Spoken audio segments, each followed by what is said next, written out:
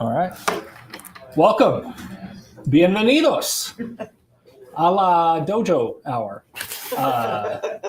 So as you guys can see, we're kind of running low on a few people today. So Frank is out. Brandon's running around here. I'm sure he will pop in, but it's Jacob Karate here, kind of taking the realm here. So what's going on, guys? What have y'all been kind of doing today? Have you overcome any adversity? Do you have something you want to talk about? How's it been?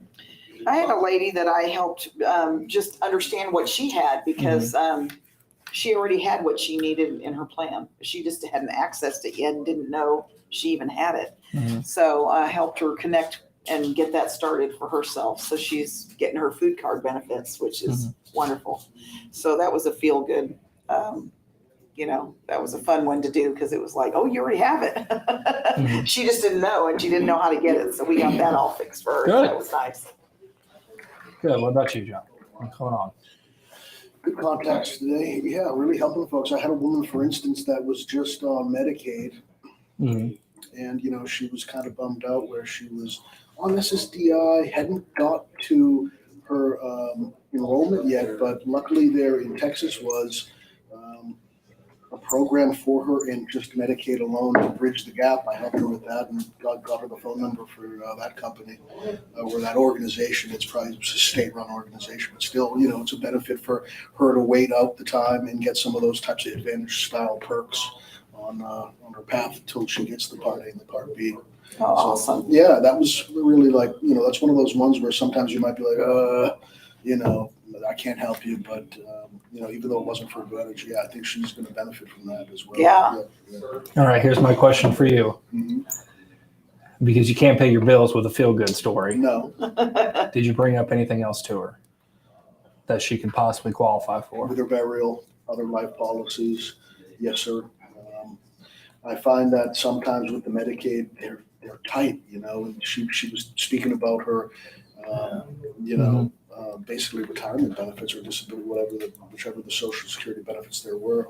And, those little increments are tough. So those folks, they're just at the point where, especially now with the cost of groceries and gas right now is so they're like, they just don't want to take it out. Yeah. It's always one, and Brad can kind of attest to it too. When it comes to people that do have a lower income, you'd be surprised that those are the ones that want final expense policies. And the reason why is because they don't have a savings of $5,000, $10,000, $20,000 to put aside for it.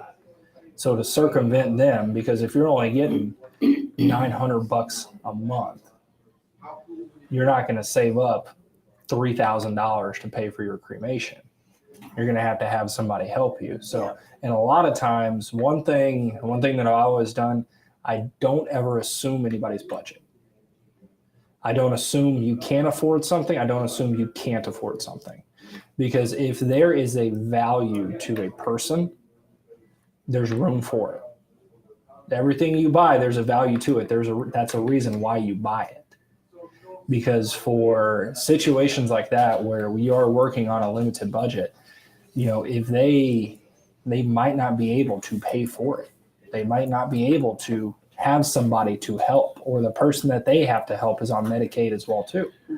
So you never just want to assume, oh, we're talking about groceries, or we're talking about this, everything is expensive. You probably can't afford it. To save myself, I'm just not even going to bring it up. Well, I had another gentleman that was similar before I even got to the point of really getting specific. I mentioned supplements to him because he had some retirement pension benefits, union benefits, but they were lopsided where they were giving him some basically prescription. He had silver scripts. He had some other kind of non retirement plan kind of thing. Dental coverage, vision coverage, but it wasn't taking care of the full spectrum. And I had mentioned because I figured, well, he's a prime candidate for a supplemental plan. Mhm. But, he just stopped me right there. Was like, oh, some of the quotes I got were like 170 for those. And he was like, yeah, I don't want to go that far. But even with them, so well, yeah, it might not be that great, but still the burial policy could be, worth its weight in gold. In Right. a lot of ways. Yeah. Sometimes even their loved ones will pay for, Mhm. like the daughter or whoever's listed Yeah. on there as who's going to end up getting the check and making the funeral arrangements and doing, sometimes they can pay it or would like to pay it for their Mhm. mom or whoever, the family. Mhm. You can always have a different payer than an owner of the policy or who Yeah. who it's on. It's one just like, I compare it with my parents too. It's, well, let's see, do I want to put aside $10,000 for each of them and then just have it sit there? Or just pull the cash out, put it in an envelope, put it somewhere in the house? Or do I want to pay $30 a month for each of them? It's one too, because you don't realize it. It's also kind of like you're playing the lottery a little bit. You don't. People don't realize that, but it is. You're betting on yourself that you will die before you've paid out that maximum benefit or whatever it is. And with a lot of them, it's about a 15 to 20, 25-year window. And so, especially if we're talking to somebody that's under the age of 65, I said this, and there was a Facebook group, I forgot what it was, but somebody was asking questions about what's the highest plan you've ever seen supplemental. I said I saw Plan A in Texas for somebody that was 53, that was $800, and they were paying it every month. And people were just dumbfounded. And they're like, how did that happen? How does it, why is it so much? And you kind of have to realize there's a reason they're paying that much. And it's because they're under the standard age of Medicare, which means they have something going on. And everybody in their risk pool. And everybody in their risk pool does too, because it's everybody else that's under 65 that they put them with. So it's a mitigation of risk is really what it is. Yeah. Because for a lot of people, like I said too, you might not be able to put aside $5,000 in 15 years to help cover it. But guess what? If that day does come 3 years into it, you might have only put in $1,000 or so, maybe even if that. And that whole benefit is there for you. That's always one good thing to bring up too, because you get to talking to some people love playing the lottery. The guy we helped with the cancer policy and the heart attack policy, we compared it to, it's like you're playing a scratcher with your health. Yeah. You can qualify for it right now. Guess what? And you get the lucky numbers, here's your payout. So you're spinning the wheel. Yeah. And it's funny that people, and you're right, people on Medicaid, low income, poor places, they have been, it's almost like a pushover for a final expense policy or life insurance. They love it. Because you're right, they don't have the money, Right. and, it is an assessment of risk, but people that are rich, well, they buy those policies too. It's just, you have to feel it out and see where they're at. Yeah. The main thing is you have the conversations with them, bring everything up. Some things we overlook sometimes with some of the other ancillary products as well, cancer policies, indemnity plans, Right. critical illness plans, heart attack, stroke. I've actually got those things myself. Because when you look at the statistics on these things, and it's something that we generally don't really do a lot with, but when you look at the statistics of cancer and heart attack and stroke, it's pretty high that's going to happen in your lifetime. And even though, let's say you have a Medicare supplement, everything's going to be covered medically, it's certainly nice to get that check to help for ancillary things, loved ones coming in, maybe something that isn't covered by Medicare, wigs or whatever, who knows? But, some people eat that stuff up. Right. The one thing I cannot stand, especially with my clients, and I'll be the first one to admit it, I've sold them a med sub. I ask them, hey, you talk about finance. Oh, yeah, I bought one of those, last year, but it wasn't through me because I didn't talk about it, and that's the main thing. You got to bring that stuff up every time, plant the seed at least, find out where they're at with it. It's just an opportunity lost if you don't. So, Yeah.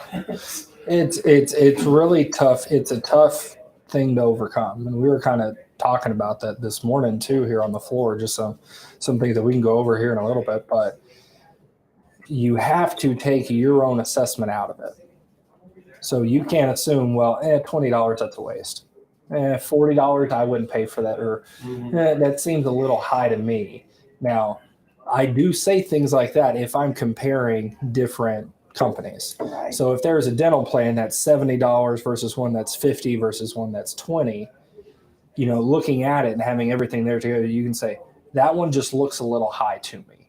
And it's not saying that you can't afford it. It's just saying it's not worth it to pay that much and receive that. Now the 50 might be worth it. The 20 might be worth it. We don't know. But from my perception, I will tell them, I don't like that, and move on to something else. But what you'll see is whenever you do those final expense approaches and some of those different scenarios, I can't tell you how many times that you'll have people when you say, okay, get a piece of paper. Why don't you put down 5,000, 10,000, 15,000? They might have just been saying, I just want something small. Just want something small. Want something small. About 70% of the time, they're going to pick that very last option, that highest one. And if they do, that means that they see the value in what you're presenting too. And they know that this is going to be all taken care of. I don't have to worry about it. And it'll surprise you too. I've had some where she was like, look, I just want to pay for the cremation. Cremation's only $2,500. I go, I can get you $2,500. That's fine. And I said, but in case you want some left over, here's 25, here's 4, here's 6. Which is going to work best for your budget? And she went with the 6. Yeah. Just because she's already seeing the dollar amount. She can see the difference between it. If it's an $11 difference a month between $2,500, and if one is $10 and the 6,000 is $23, in your mind, you can make that adjustment and say, that's only $13 more, and it's triple the benefit. And you have to look at inflation too. I mean, a lot of these things 10 years from now, $2,000, that might pay for the gasoline going to the funeral home. Right. I mean, and it's important too that don't immediately jump into a guaranteed policy.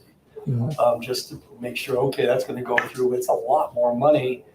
I had a client last year. She had a plan through a competitor, and it was like $146 a month for $9,000.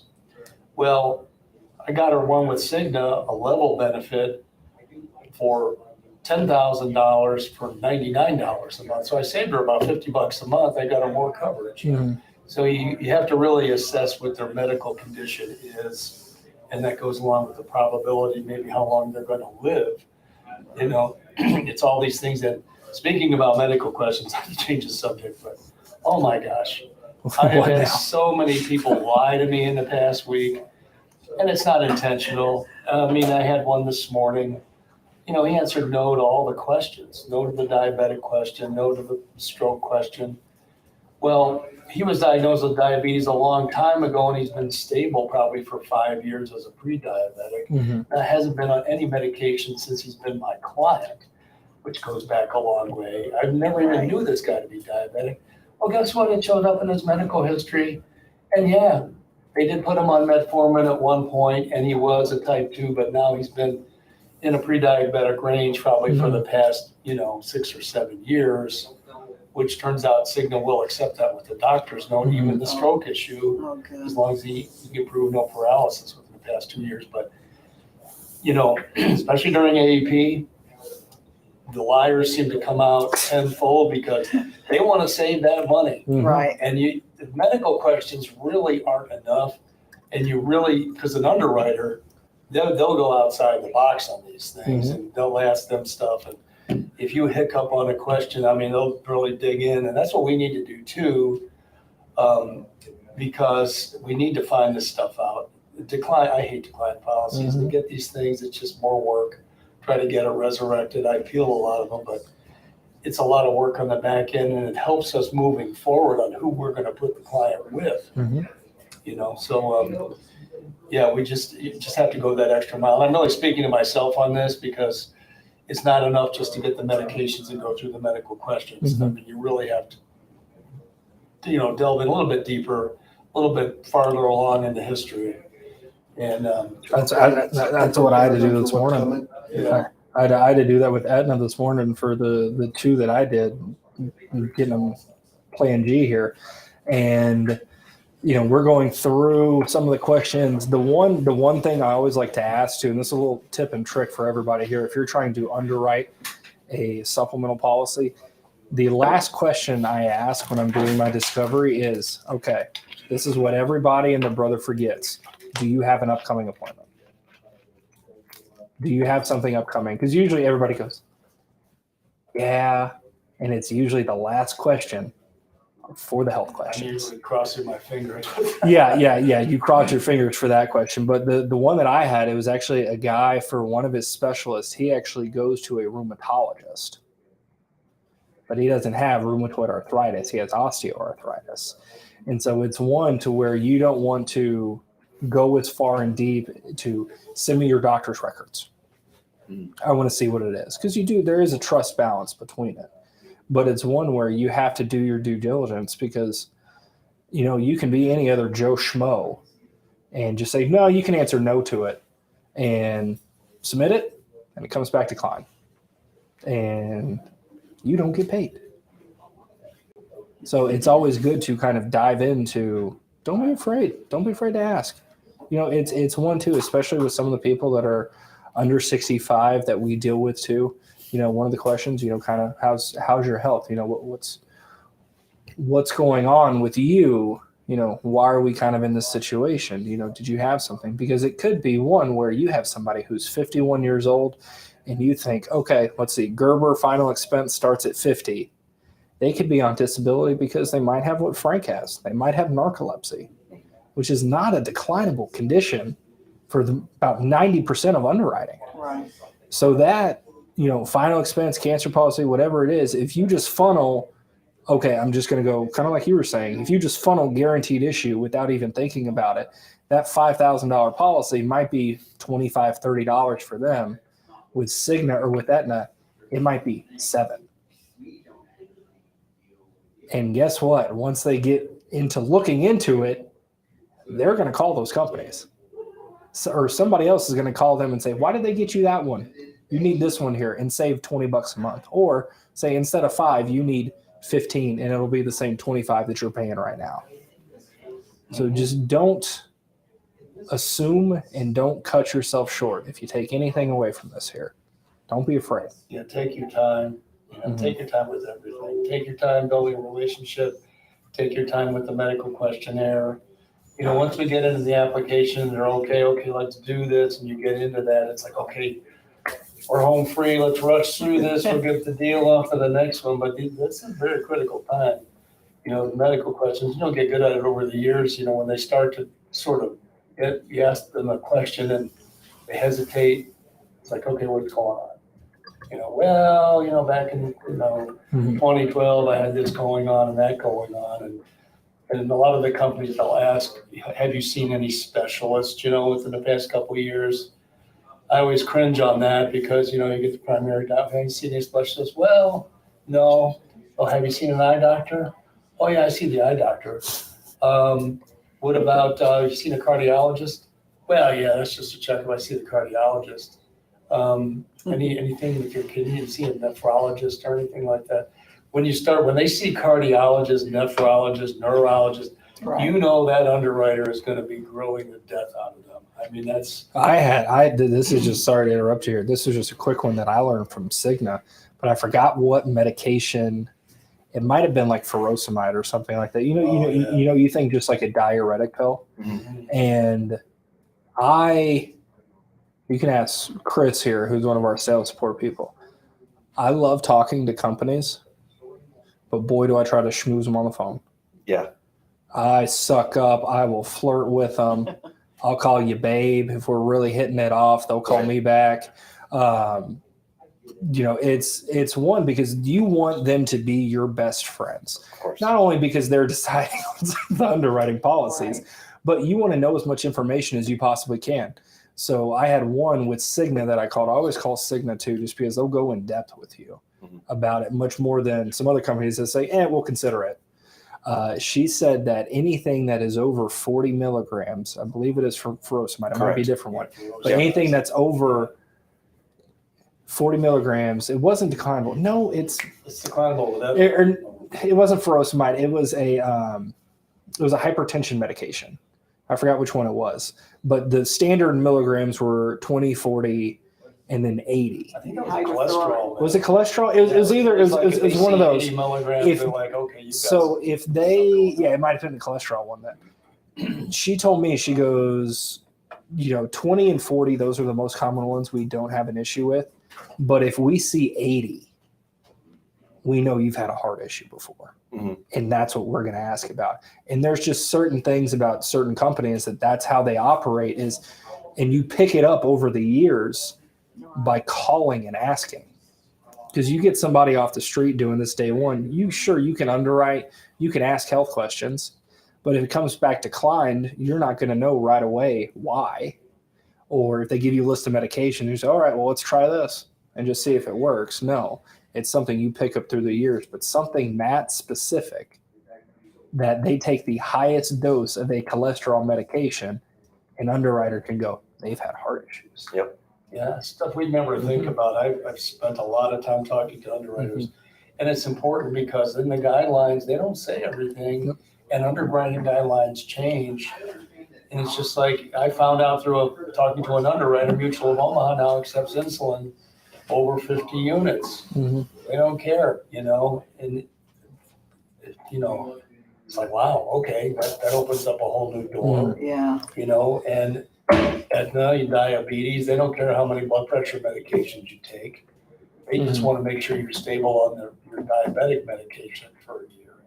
Mm-hmm. People say, well, the guy's on 5 blood pressure medications, diabetic, we're not touching it.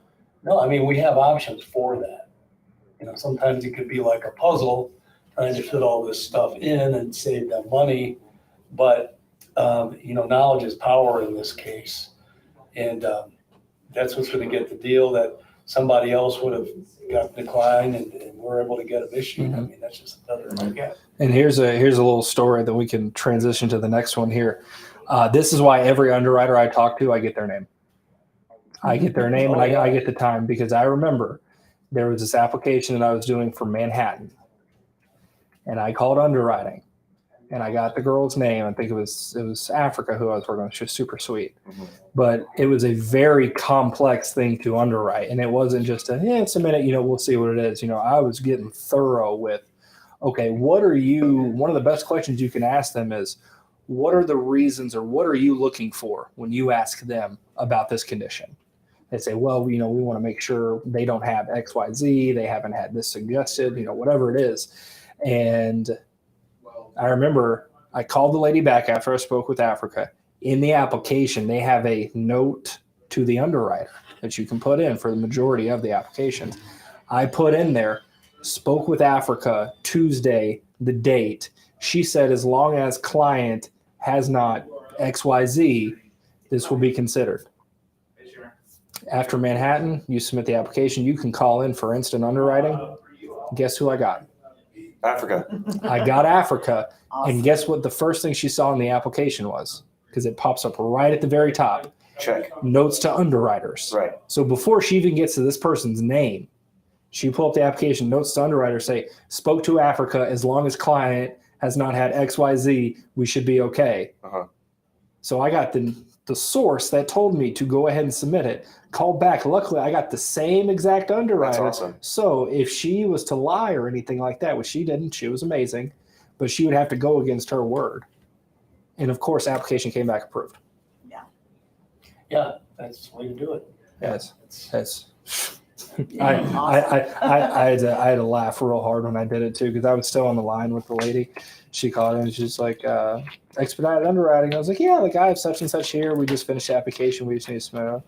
Okay, well, let me get you to an underwriter. And they hello, this is Africa. And I said, hey, girl. Hey, girl, it's Jacob. Hey, remember when I just called you 15 minutes ago? Here's this person. Yeah. Just little tricks. How are you doing, Brett? Me, good. I just got off the phone with unfortunately, it was a good call, but the lady got major scammed. like bad, Ooh. like lost all of her money. She's broke. They stole her car. Yeah, they repossessed her car. Like it was just in a span of a month, she lost a lot of stuff, and she's got a lot of family issues that are harping her down, and she was just weeping on the phone. Gosh. Just really hard time for her right now. So it was kind of like therapist time. We get to this moment where you just kind of have to sit back and say, look, I know that my time is well spent here just listening to her and talking to her. So eventually we were able to look her up, and she just was put on the only Aetna D-SNP plan in her area.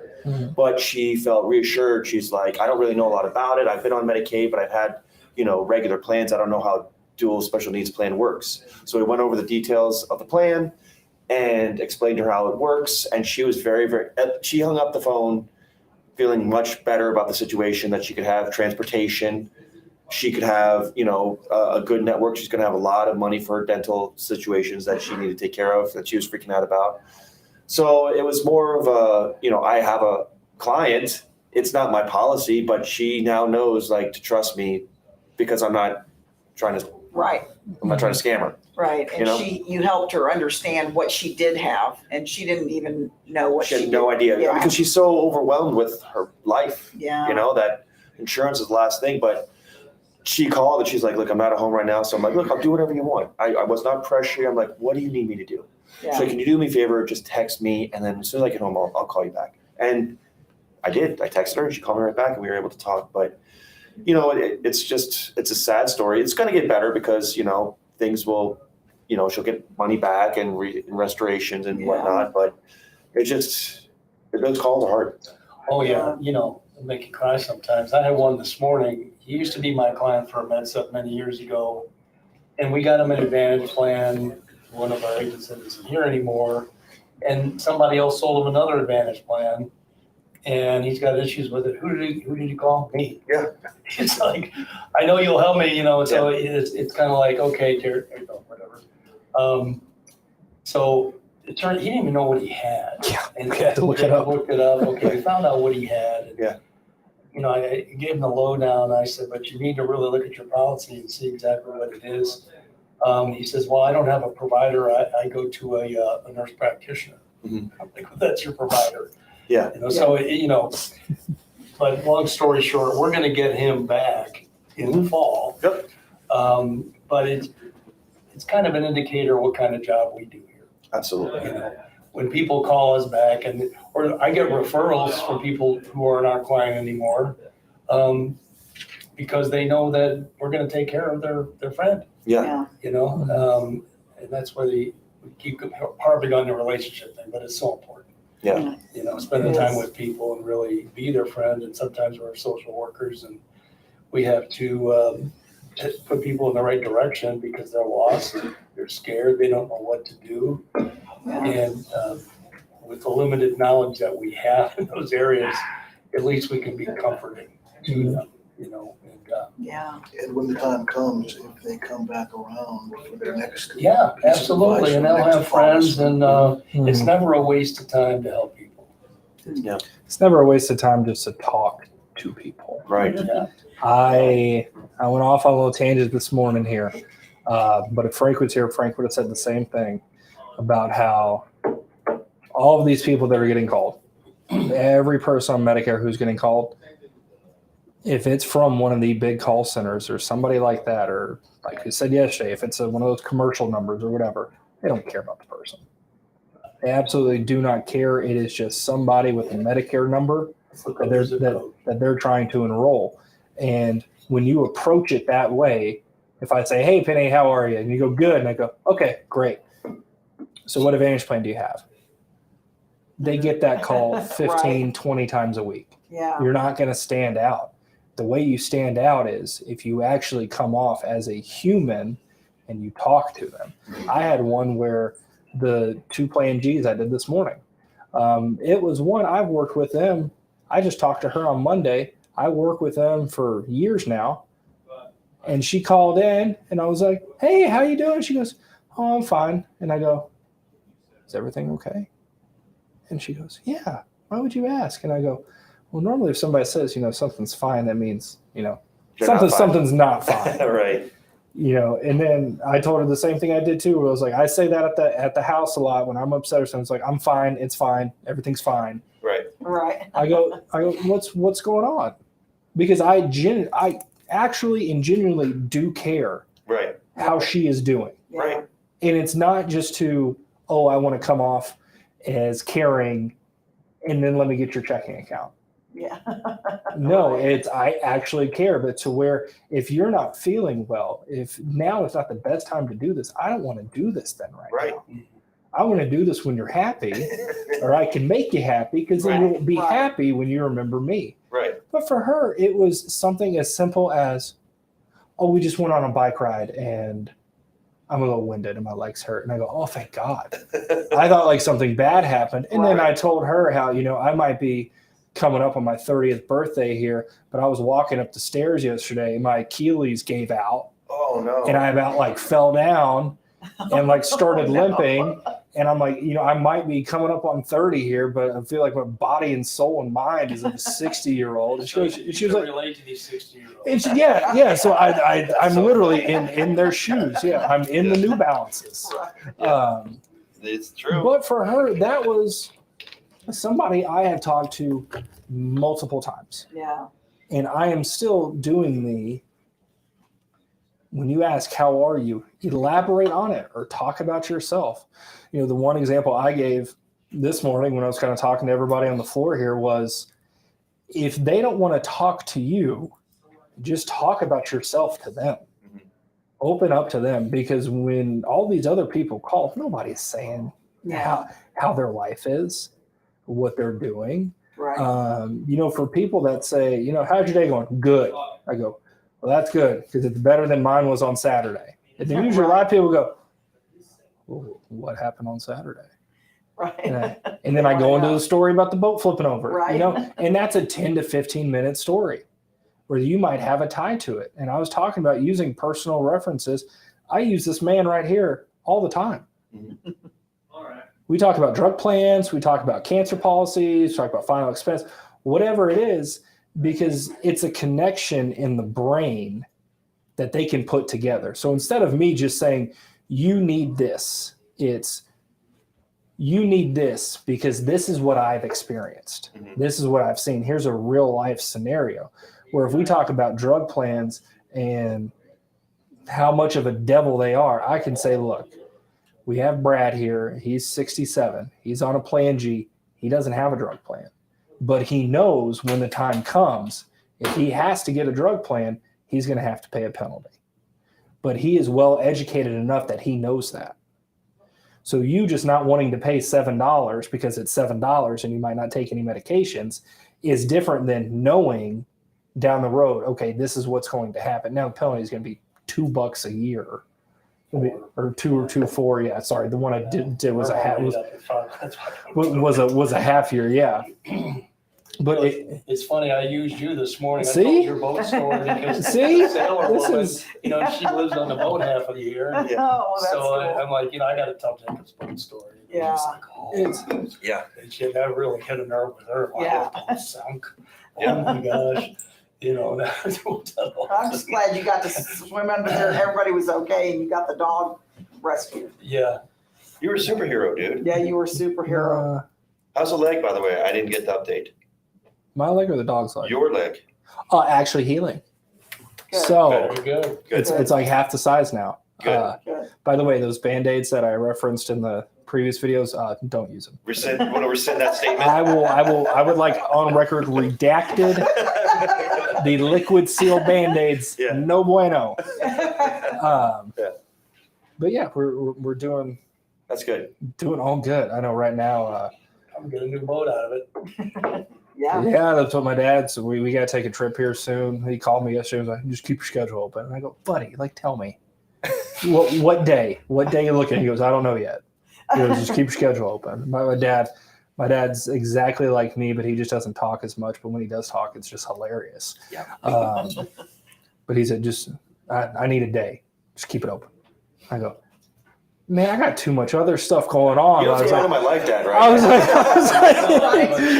was like, About to get married. Like, I was like, we have a wedding in September. We have a conference next month. We have vacation the week before the conference. Yeah. We have all this other stuff. I was like, Michelle's going to be in New Braunfels on Saturday, so I have to stay with the dogs on Saturday. Yeah. And he's got the dog meetup at 9:00 that morning at Walnut Creek that I have to go to. Then I got to go get groceries and stuff. So I was like, so I have Sunday for next week, and I'm not too sure. And he was like, I'll let you know. That's how dads are. I'm like, buddy, come on, Dad, come on. give me, Listen to what I'm saying. give me something to work with. But That's just funny. like you're saying, the people eat that up. They do. Oh, yeah. Talk about yourself. Yeah, found that out a long time ago. It's a relationship. A relationship's not a one-way conversation. It's not you questioning them to death and then letting up a deal. It's back and forth. It's conversation. Yeah. You have to have a conversation, and that's where a lot of people fall down with scripts because they feel like they just have to read this thing, and Right. then at the end the client's supposed to say, okay, I'm going to buy this. Mhm. It's an interactional thing, Right. and there's stopgaps in there, and you have to kind of mess things up a little bit to make it sound like you're not reading. Yeah. But that is so key, and they really are interested in what's going on with you, and it's a great conversation starter. A lot of these people, they have kids, they have all the same problems that we have. Right. And when you can relate to that, and it just, it gets the sale. I can tell you that. Well, and I It's think, some of the agents I know sometimes can't think of a story, or they think they don't have something to talk about to do that initial conversation. But there's so many things that people like talking about. Even you can say stories of someone told me yesterday that blah, blah, blah. You can, say what the stories are that you're hearing, that you're listening to. People are interested in, that you think can relate to maybe something they're going through, or, but there's a lot of ways to start conversations, even if you think you have a little quiet, boring life and you don't have anything to talk about. There's always things people are happy to talk about. You want to avoid politics and religion. Yeah, and all that sort of right. thing. People will really talk you off on that stuff. But things that generally can make them laugh, if you get them laughing and throw a little chuckle in there, and they'll laugh too. Yeah. That's the key. Happy stuff, happy topics, pets and grandkids and all that sort of thing. Things that they like. Gets them in that happy mood, endorphins. Yeah. It's like, oh, this is great. I love talking to this person, Yeah. It just, you don't want to bring up depressing stuff if you can avoid it. It kind of goes along the lines of my brother-in-law. He does, as like a little side hobby, he does stand-up comedy in some clubs around Dallas. Check him out, John Minjo.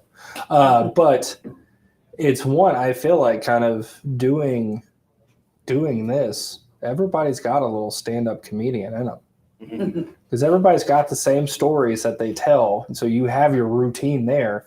It's just instead of an audience of 15, 20, 30 people, it's just you and that person. And if you can be that personable, I mean, sometimes I have to catch I put a little note on here too to kind of talk about, when to shut up. Not only explaining things, but just talking in conversations. I catch myself and I'm like, all right, maybe I need to shut up and get to business.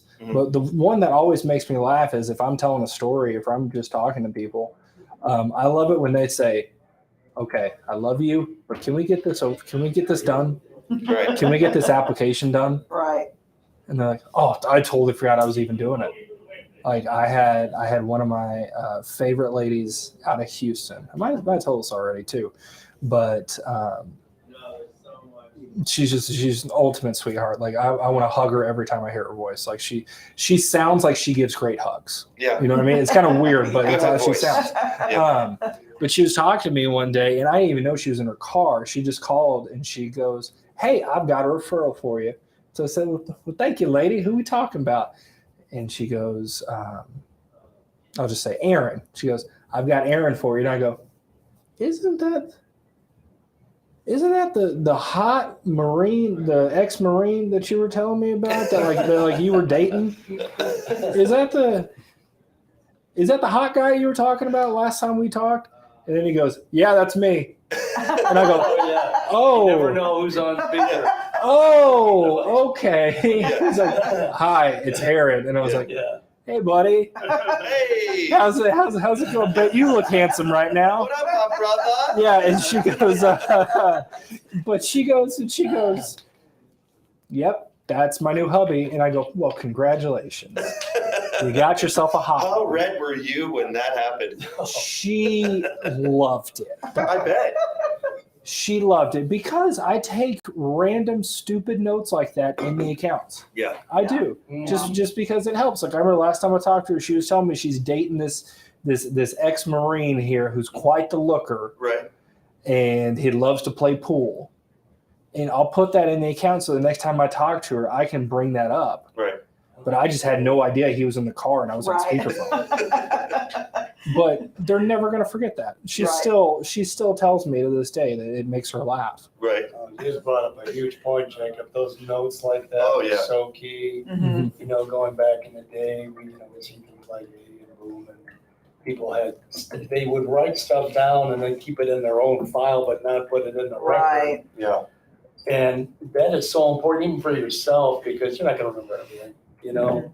But those little things like that, a lot of times people remember stuff about me, and I don't even remember we had the conversation. But yeah, I mean those little things, those are your conversation points. Right. You know, that's what you can build. That's perfect. It all depends on the person too. I remember the last one I did, I helped out one of my current Plan G's. His wife was coming off of group coverage here for August. And I was helping her out, and it was at the very end where I was like, all right, I got to email you something. What's your email? And she goes, okay. And it was the first 3 letters were R-E-D, and then it was her first name. Mm-hmm. And it was at, whatever. And, it was kind of like the cool down too, like the cordial, like we just got everything with your A&B presentation, got everything wrapped up. And then she gave me her email, and I go, hold on.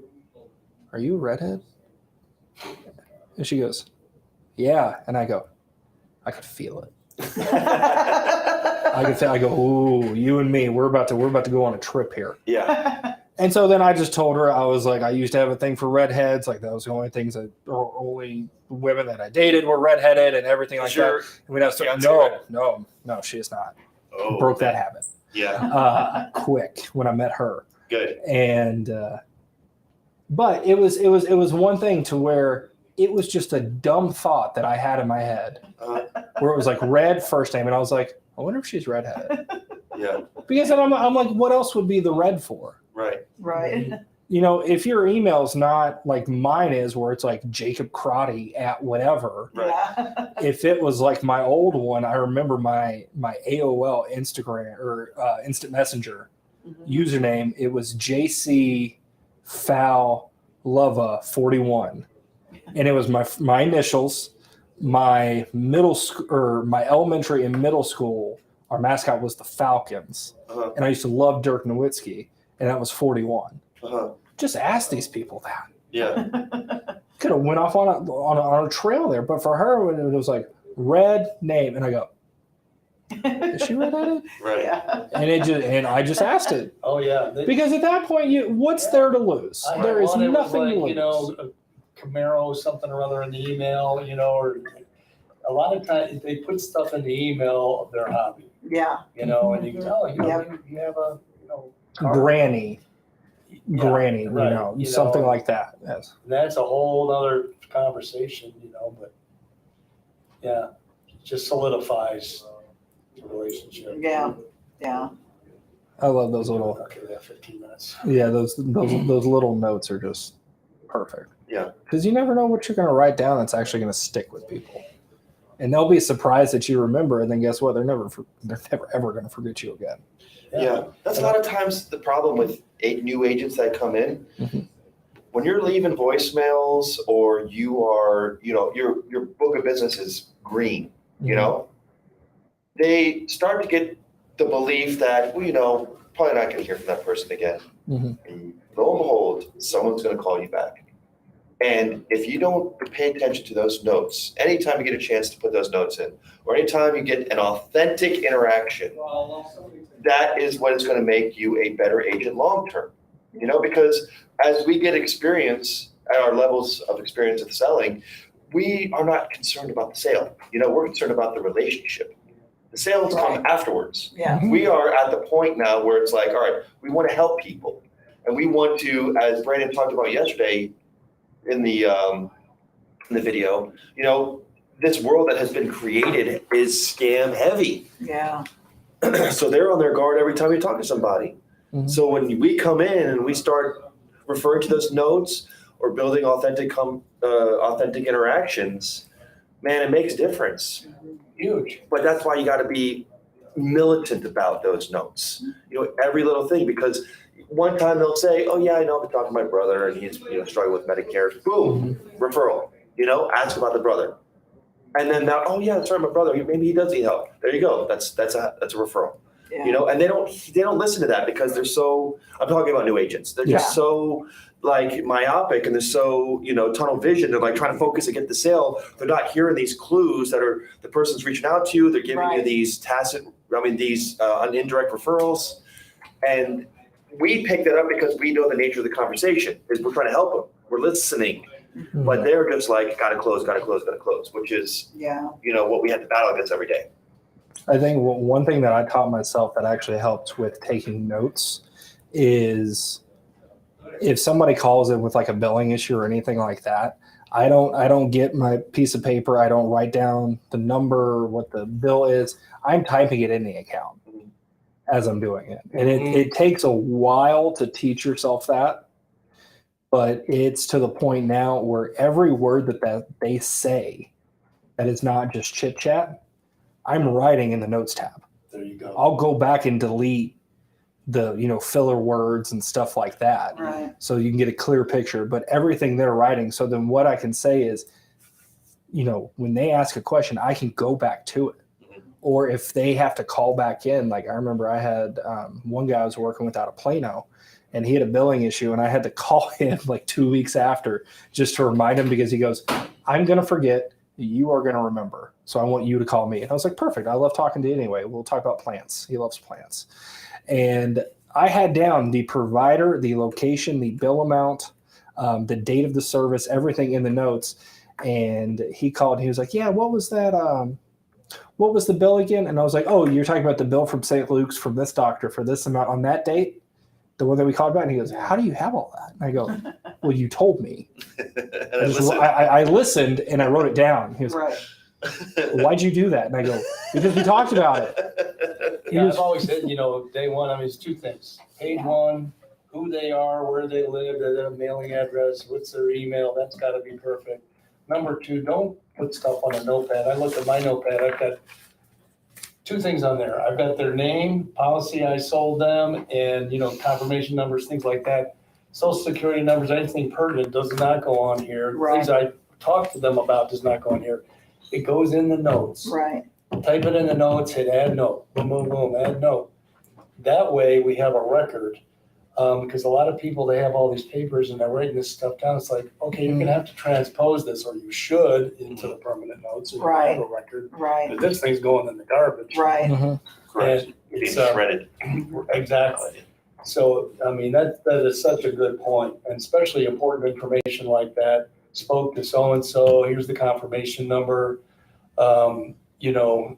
Very important, because insurance companies, they'll ask you, "Well, who'd you talk to?" We don't have a Mitzi here. And, it's like, yeah, as insurance agents, people expect us to do things right, and they expect us to remember everything. Right. And when I call my agent, and they're good, I've got State Farm. Every time I call, they got my file pulled up, boom, they tell me exactly what's going on. And and I expect them to know the stuff. People expect us to know all the information. Mhm. So we are the experts, and it's like, well, that's why I've got you.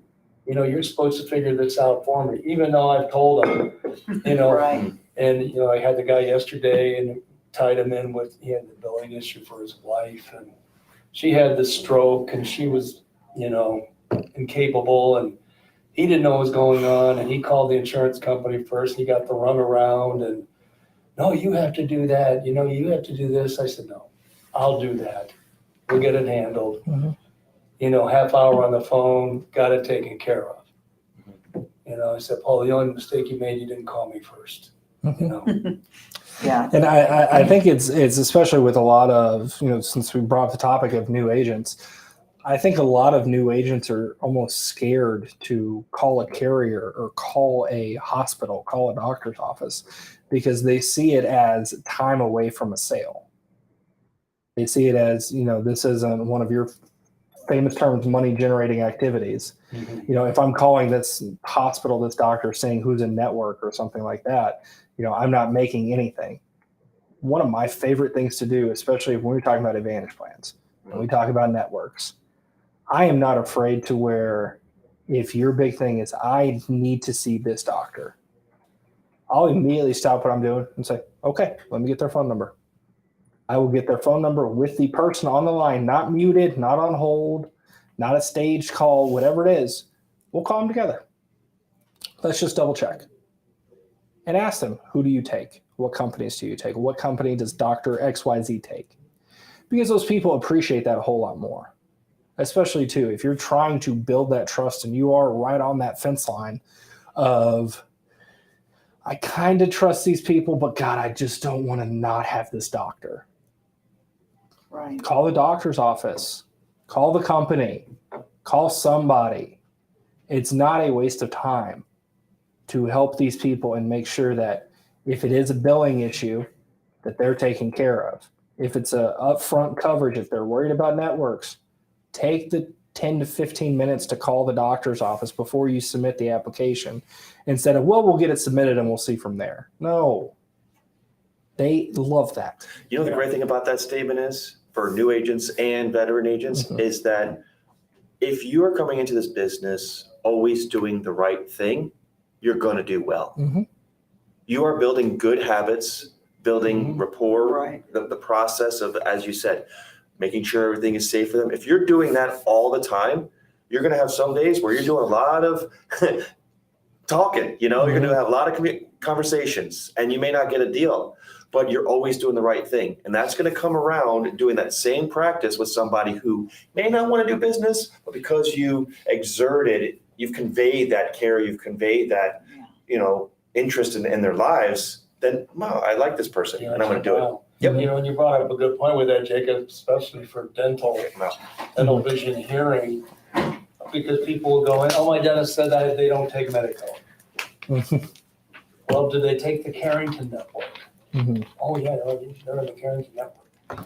We have to explain those things, or like you say, get the provider on the line. You take this or that network. Because I've had dental plans cancel because of just that. Oh, my dentist says they don't take Cigna. Well, it's a Carrington dental plan. Yeah, it's yeah. So those little things, when you go see the doctor, don't ask them if they take Aetna. Ask them if they take Medicare. That's all you need to do. Yeah. I get that phone call all the time, even though we explain that stuff. It's every time. There's a lot of information Yeah. going in and out, but we're getting there. Penny, do you have anything to add? Anything to end on here for us? Well, I've had some great conversations today, but again, doing what we're talking about, doing the right thing and helping them figure out what they have. And, I haven't had anybody that I thought should change off what they have right now. But we had such good conversation and built that relationship that I have people in October, we already have appointments for them to call back because that's when the new plans are coming out. They don't even need to shop or look at other plans until then. They just need to stay put. We talk about how they can, tell about getting off some of those calling lists that bother them all the time. And, but they know they have somebody now they can trust because we did the right things. We took the steps. We had our nice conversation and got to know each other. And, now they understand. They think they have to take these calls.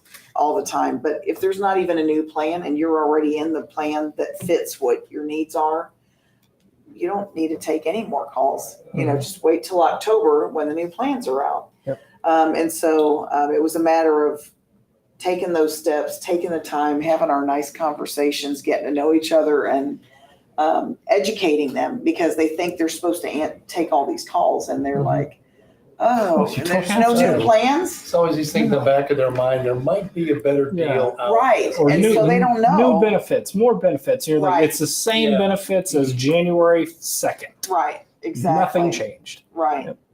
So, I talked to one person today that I was saying, unless your needs change, if some big health thing comes up and you now have different needs, like you need Mhm. transportation and you used to not Mhm. need that, That's good.